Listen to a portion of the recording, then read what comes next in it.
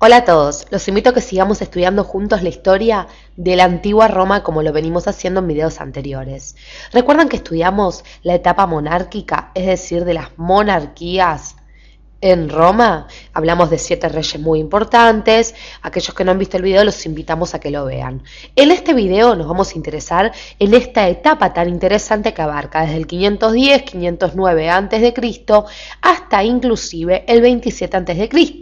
Es decir, vamos a hablar de la etapa republicana o la etapa de la república en la antigua Roma. Y posteriormente vamos a estudiar en otros videos la etapa del imperio en la antigua Roma. Pero centrémonos en este concepto de república. Vamos a definir rápidamente qué es una república para que luego podamos entender las premisas básicas de una región, de una civilización que pasa por esta forma de gobierno. Decíamos entonces que tenemos que definir cómo es este sistema de gobierno. Les cuento que la república es fundamentalmente una forma de gobierno que basa o funde su poder en la ley, ¿sí? La ley va a representar el poder dentro de una república, pero sigamos adelante. ¿Por qué? Porque el pueblo elige a un representante. Elige un representante. Vamos a ir anotando para que ustedes puedan tomar nota también en sus casas. Y además les cuento que el pueblo va a elegir a este representante por medio, claro, de su derecho a voto, como sucede hoy en día en muchos países. Entonces, tanto el gobernante como los gobernados, es decir, el representante que elige el pueblo como el pueblo mismo, se van a someter por igual a un conjunto de principios fundamentales establecidos ni más ni menos que en una constitución. Repetimos, tanto el representante, tanto el rey como también el pueblo. Seguimos adelante y volvamos ahora sí un poquito a lo que es la historia en sí de Roma. Vamos a centrarnos en esta imagen. ¿Por qué? Porque les cuento que en Roma el gobierno reposaba en los senadores, en los magistrados y en el pueblo. Entonces teníamos por un lado los senadores, por otro lado los magistrados y claro, muy importante, por otro lado, ni más ni menos que el pueblo romano, ¿sí? No existía un rey, atentos con esto. Por eso, para sustituir el poder del rey, los ciudadanos elegían cada año, es decir, por año se elegían 2 cónsules. ¿Sí? Muy bien. Sigamos adelante, porque el Senado, que era el que tenía más poder, vamos a ir anotando aquí, estaba formado tanto por patricios, que los estamos marcando aquí, patricios, así como también formado por plebeyos. Una diferencia quizás era en el poder adquisitivo de unos u otros. Si quieren podemos hacer posteriormente un video donde vamos a recalcar las características específicas tanto de los patricios como de los plebeyos.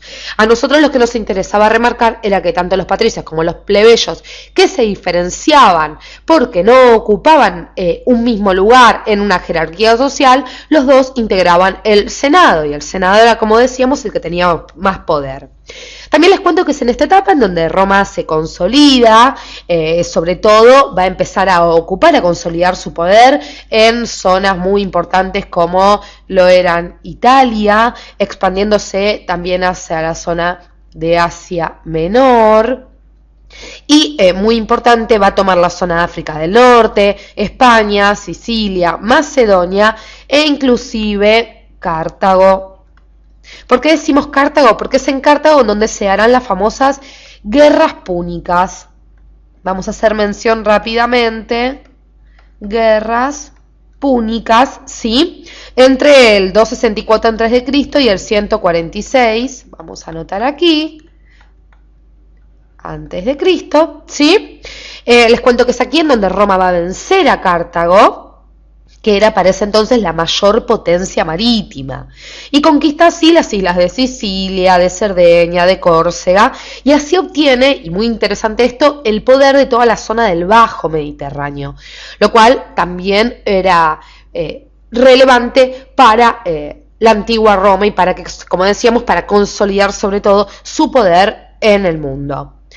Mientras tanto, les cuento, los romanos eran un pueblo que iban evolucionando de a poquito, ¿sí? Participaban más en la política, se habían de alguna manera refinado, va a aparecer el divorcio, ¿sí? Va a estar contemplado el divorcio, y se le habían concedido de alguna manera más derechos a las mujeres. Más derechos entonces a las mujeres, por nombrar algunas cuestiones que no queremos dejar de lado. Pero ¿qué va a pasar? Entre los años 147, y ahora sí hagamos un nuevo espacio en nuestra pantalla, y ya les voy a contar quiénes son estos señores. Decíamos, entre los años 147 al 27 a.C. aparecerán crisis internas en Roma. Entonces, del 147 al 27 a.C., hablamos de una etapa de crisis en Roma, ¿sí? No con otras ciudades. ¿Qué pasaba? Los campesinos veían los beneficios constantes de las clases altas. Entonces, al ver esto, se rebelan y aparece un hecho importantísimo: la caída de la República en el 71 a.C. Caída de la República. Pero ojo, porque vamos a ir por partes. Para volver a construir la República, se forma un triunvirato. Un triunvirato. Vamos a ponerlo aquí porque vamos a hablar de estos tres señores, ¿sí? Este triunvirato estaba formado por Cayo Julio César. Cayo Julio César, muy conocido. También estaba formado por este amigo de acá, el señor Pompeyo, y también por Marco Craso. Marco Craso. Así tenemos formado este triunvirato que quería restituir la república que, recordemos, debido a las crisis internas, cae en el 71 a.C. ¿Qué pasa? César conquistó varias regiones como Bretaña, mientras el pueblo romano amenazaba constantemente. Es decir, Julio César estaba un poco interesado en otras cuestiones. Al morir Crassus, es decir, al morir Marco Craso, nos quedamos sin él. ¿Qué va a pasar? Se disuelve el triunvirato, claro, y Pompeyo, nuestro amigo de acá, se declara ni más ni menos que rey. César ve esto. Aquí lo tenemos a nuestro amigo César y dice: no, muchachos, así no puede ser.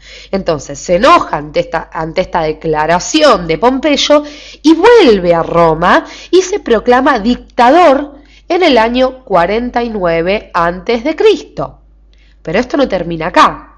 ¿Por qué? Porque nuestro amigo Pompeyo, ante esta situación, al ver que Julio César iba tomando poder en Roma, huye a Grecia y luego se va ni más ni menos casi a Egipto. Y pobre Pompeyo no sabía lo que le esperaba. ¿Por qué? Porque es en Egipto en donde Ptolomeo XIII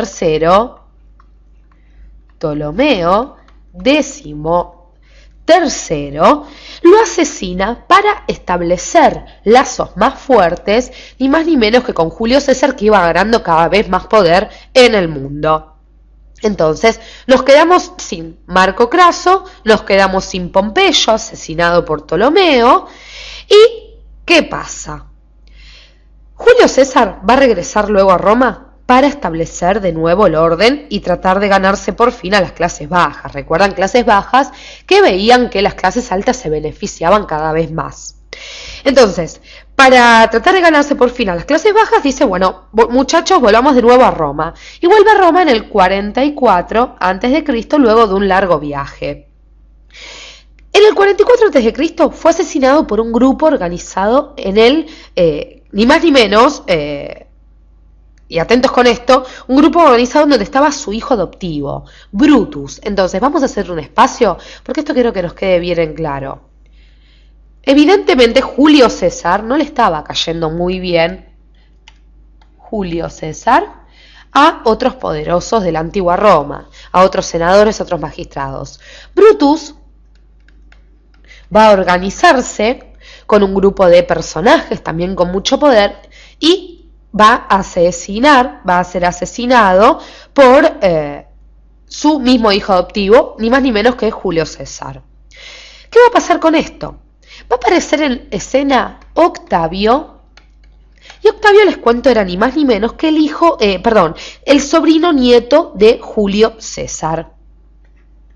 Sobrino nieto. Es decir, Brutus no va a ocupar el lugar de Julio César, sino que lo va a ocupar Octavio. Hablamos ya del año 31 antes de Cristo. Octavio va a obtener el poder de Roma y todos los territorios.